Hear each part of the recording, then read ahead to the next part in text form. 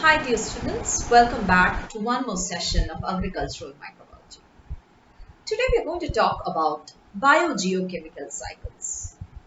The term biogeochemical cycle is quite familiar to us because we have found various examples of biogeochemical cycles within our life. We have come across the water cycle, we have come across the carbon cycle, then we nitrogen cycle, sulfur cycle, phosphorus cycle. Like that, from the lower classes itself, we have learned the basics of biogeochemical cycles. So, as the term implies here, something is being cycled in all of the cycles which we hear, which we come across. Now, what is the thing which is being cycled? Or what is the one which is being transferred from one form to the other? That mainly determines what is the name of that biogeochemical cycle. Now, if you transfer a carbon-based component between different members of the cycle, it's referred to as a carbon cycle. Similarly, we have the nitrogen cycle, we have the sulfur cycle, as well as the phosphorus cycle. Now, in this session, we're going to learn about, of course, you have learned about biogeochemical cycles, but we would be learning more precisely on what are the microbiological roles of various microbiological elements. Like there are different microbes. These different microbes are found to play a varied role in different cycles. That's what we will be coming across in the biogeochemical cycles. So let's explore them now.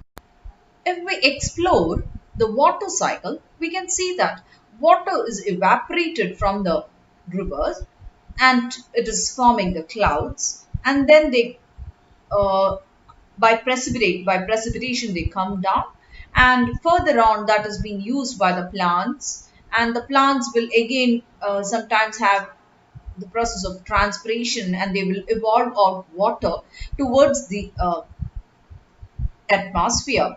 At the same time, some amount of water is run off, and finally, it as a result of runoff, it reaches back into the water bodies.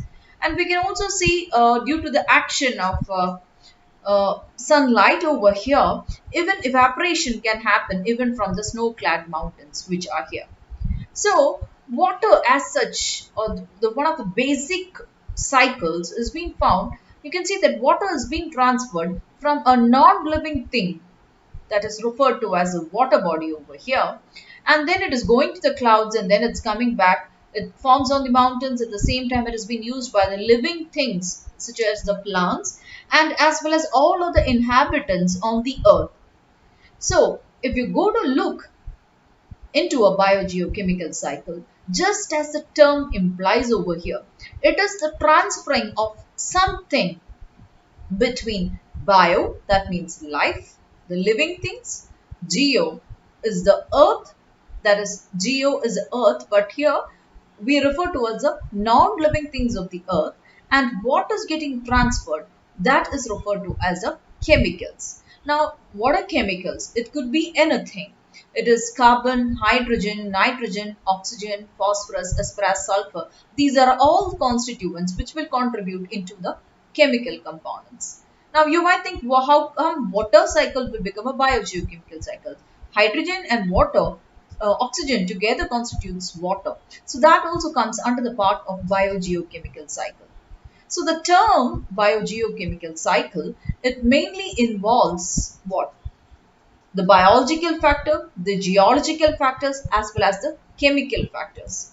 And it is a pathway by which a chemical substance moves through the biotic and the abiotic components of the earth. And it is a series of change which can come back to the starting point and which can be repeated. So it's a cyclic process. That's the reason why it has been called. That is, from the starting point, it goes around the cycle and it reaches back at the same starting point, and hence it is referred to as a cycle. So at the different stages of a biogeochemical cycle, various chemical substances, let it be of carbon, hydrogen, nitrogen, oxygen, or phosphorus or sulfur, is being transferred between the biotic as well as the non-abiotic components which have been present on the earth. So the cycling of nutrients, water, carbon, oxygen, nitrogen, phosphorus, sulfur from the abiotic components of the ecosystem through the biotic components, including plants, animals, fungi, and bacteria, constitutes the biogeochemical cycle. And usually it has been found that all these cycles mainly involve a hot equilibrium state. That is always the process is being brought about in such a way that a steady equilibrium is being brought about in the ecosystem. And usually, when you consider the biogeochemical cycles, you do not consider one single organism. See, you can look here, you can see that the transfer of these chemicals happens between the plants, the animals, fungi, the bacteria, as well as the various abiotic components of the earth. So, the transfer of these chemicals usually is being found to be multidisciplinary.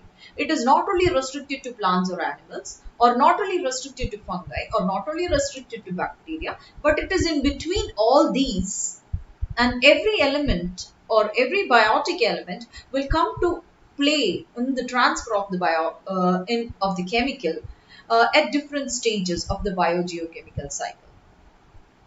Now, let's look into the major form of elements and which are important in the biogeochemical cycle. And one thing what we have to note is, I told you, you can, they will usually try to undergo a equilibrium state. Okay. And sometimes these components might get reduced. Okay. You know what is the reduction? Reduction can be defined as the addition of hydrogen or the removal of electrons. So now here, if you go to look, if you have carbon, it can be reduced to form methane. And after some stage, it might get finally oxidized to form carbon dioxide.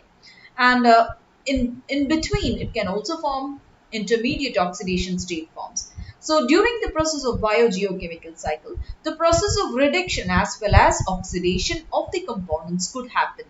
Now coming to nitrogen, the reduced form of this is ammonium, and then it can, it has an intermediate oxidation state where nitrogen is being formed.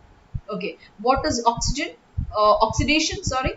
The oxidation is either, you layman speakingly, we say that it is the addition of oxygen. Addition of oxygen, or in turns, what is it? Regarding to electrons, just think a guess. What will it be?